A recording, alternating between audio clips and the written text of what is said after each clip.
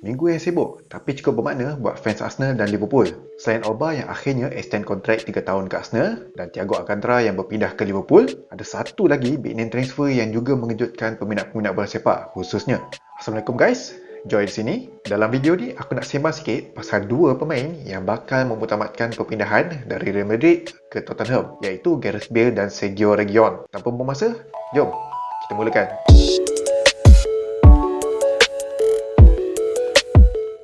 Kita start dengan Sergio Reguilon. Last season, beliau merupakan left back terbaik La Liga setelah mempamerkan persembahan yang mantap ketika dipinjamkan ke Sevilla. Dengan Real Madrid sudah mempunyai Marcelo dan Ferland Mendy di posisi tersebut, Reguilon perlu berpindah keluar sekiranya tak nak menghabiskan masa di pangku simpanan sepanjang musim ni. Pada Ogos lepas, Chelsea antara kelab yang berminat sebelum mereka mendapatkan Ben Chilwell. Manakala, Everton hanya menawarkan 18 juta pound yang mana jauh dari nilai yang sepatutnya. Akhirnya, minggu lepas, MU dan Tottenham adalah pasukan yang betul-betul serius untuk mendapatkan Reguilon dan pantas memulakan proses perundingan. Segalanya nampak positif dengan kedua-dua pihak bersetuju dengan yuran perpindahan sebanyak 25 juta pound. Namun terdapat dua perkara yang gagal dipersetujui MU, di mana Real insist untuk memasukkan future buyback clause sebanyak 35 juta pound serta preemption clause yang mana MU perlu memaklumkan kepada pengurusan Real sekiranya terdapat kelab lain yang berminat untuk membeli Reguilon di masa akan datang. Berbeza dengan Tottenham yang lebih memerlukan pemain left back tersebut bagi menguatkan pasukan, permintaan Real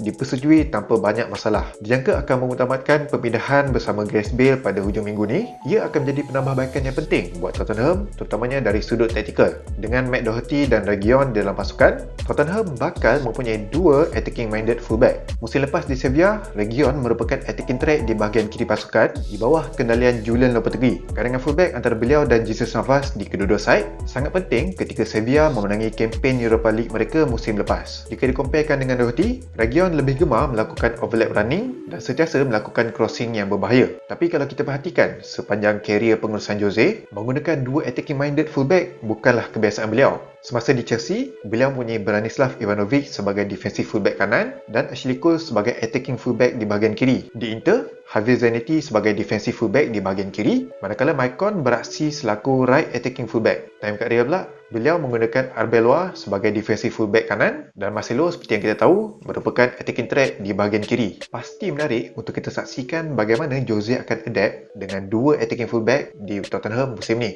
Okey, kita beralih ke pemain seterusnya iaitu Gareth Bale. Sebelum aku cerita pasal transfer, apa kata kita throwback sikit sepanjang musim-musim beliau dekat Real Madrid. Berpindah ke Real Madrid dari Tottenham pada 1 hari bulan September 2013 dengan rekod perpindahan termahal masa tu iaitu 85 juta pound. Kehadiran Bale juga melengkapkan trio serangan Real di samping Cristiano Ronaldo dan Karim Benzema. Musim pertama yang promising di mana Bale telah menjaringkan 22 gol dan 19 assist. Paling diingat adalah jaringan yang cukup menakjubkan ketika final Copa del Rey menentang musuh ketat Real iaitu Barcelona. Tak cukup dengan itu juga, beliau telah menjaringkan gol kemenangan pada masa tambahan untuk Real menjulang trofi Champions League dengan menewaskan Atletico Madrid. Musim kedua, Bale cuma dapat menjaringkan 17 gol dan 12 assist, yang mana ia boleh dikatakan musim yang kurang produktif buat Real apabila hanya UEFA Super Cup menjadi trofi tunggal yang dimenangi. Musim ketiga di Real, beliau menjaringkan 19 gol dan mencatat 15 assist dari 31 perlawanan yang disertai serta menjulang trofi UCL buat kali kedua.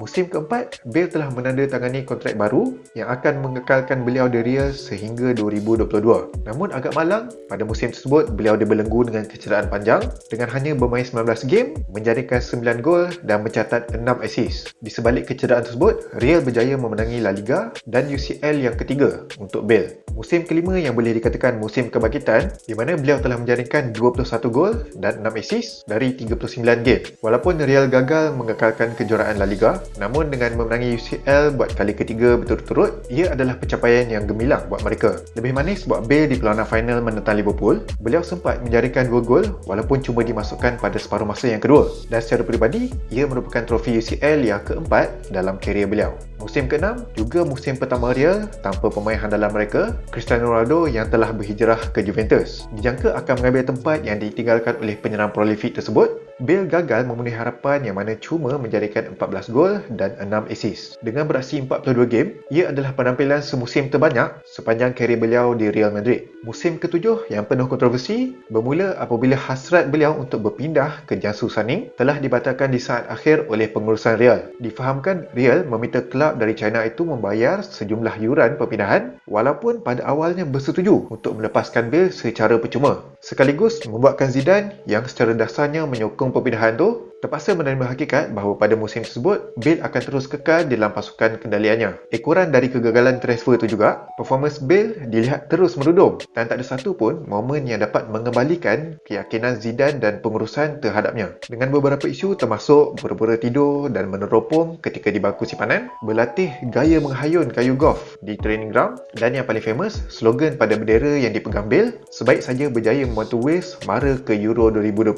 Segala pelakuannya mengundang kemarahan peminat kat sana dan laporan media Sepanyol yang berterusan menghentam beliau tambah memburukkan situasi. Bale menutup musim lepas dengan hanya beraksi sebanyak 20 game, menjadikan 3 gol dan 2 assist. Okey, selesai dengan throwback. Fast forward, setelah 7 musim berkelana di Madrid dengan memenangi 4 UCL dan 2 gelaran La Liga, Gareth Bale akhirnya kembali ke pasukan yang telah menaikkan nama beliau.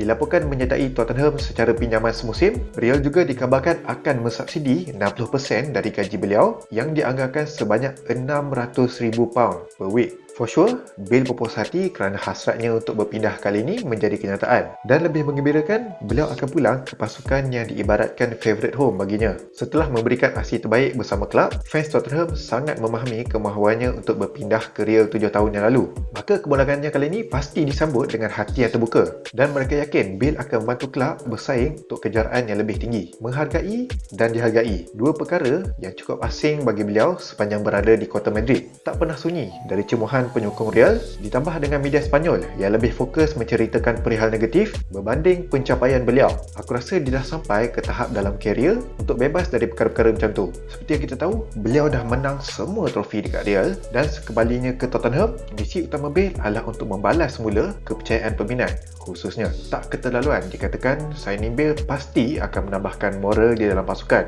yang masih kecewa dengan kekalahan di tangan Everton pada hujung minggu lepas. Walaupun ramai beranggapan perlunya striker baru sebagai backup pada Harry Kane, kemasukan Bale pada aku sudah cukup sebab beliau boleh beraksi di mana-mana posisi di bahagian serangan. Trio serangan yang dibarisi Harry Kane, Son Heung-min dan Gareth Bale. Not bad Spurs, not bad.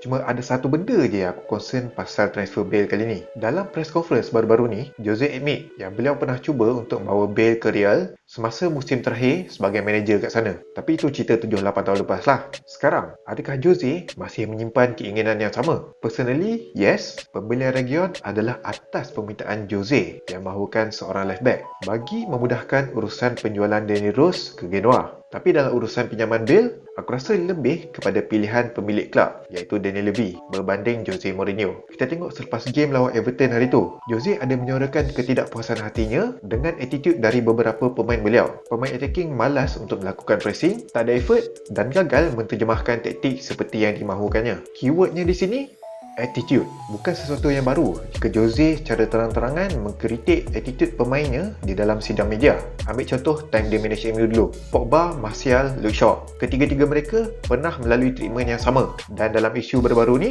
ramai yang menyasarkan Dele Alli. So harus diingat, dengan beberapa isu di dalam dan di luar padang, terutamanya pada musim terakhir beliau di Real, Bale tak pernah lekang dengan attitude problem. Adakah perkara yang sama akan berulang di Tottenham? Jangan risau, sebab Bale hanya dipinjamkan. Which is kalau segalanya tak menjadi, beliau akan dihantar kembali ke Real. Pada usia 31 tahun, bermain di kelab yang pernah menaikkan nama beliau, mempunyai pengurusan dan fans yang sentiasa menghargainya, aku yakin Gareth Bale pasti akan melakukan kejutan dan comeback pada musim ni. Dengan syarat, elakkan injury yang berpanjangan.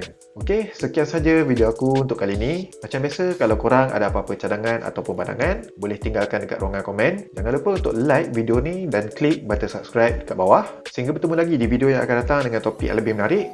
Aku Joy. Bye-bye.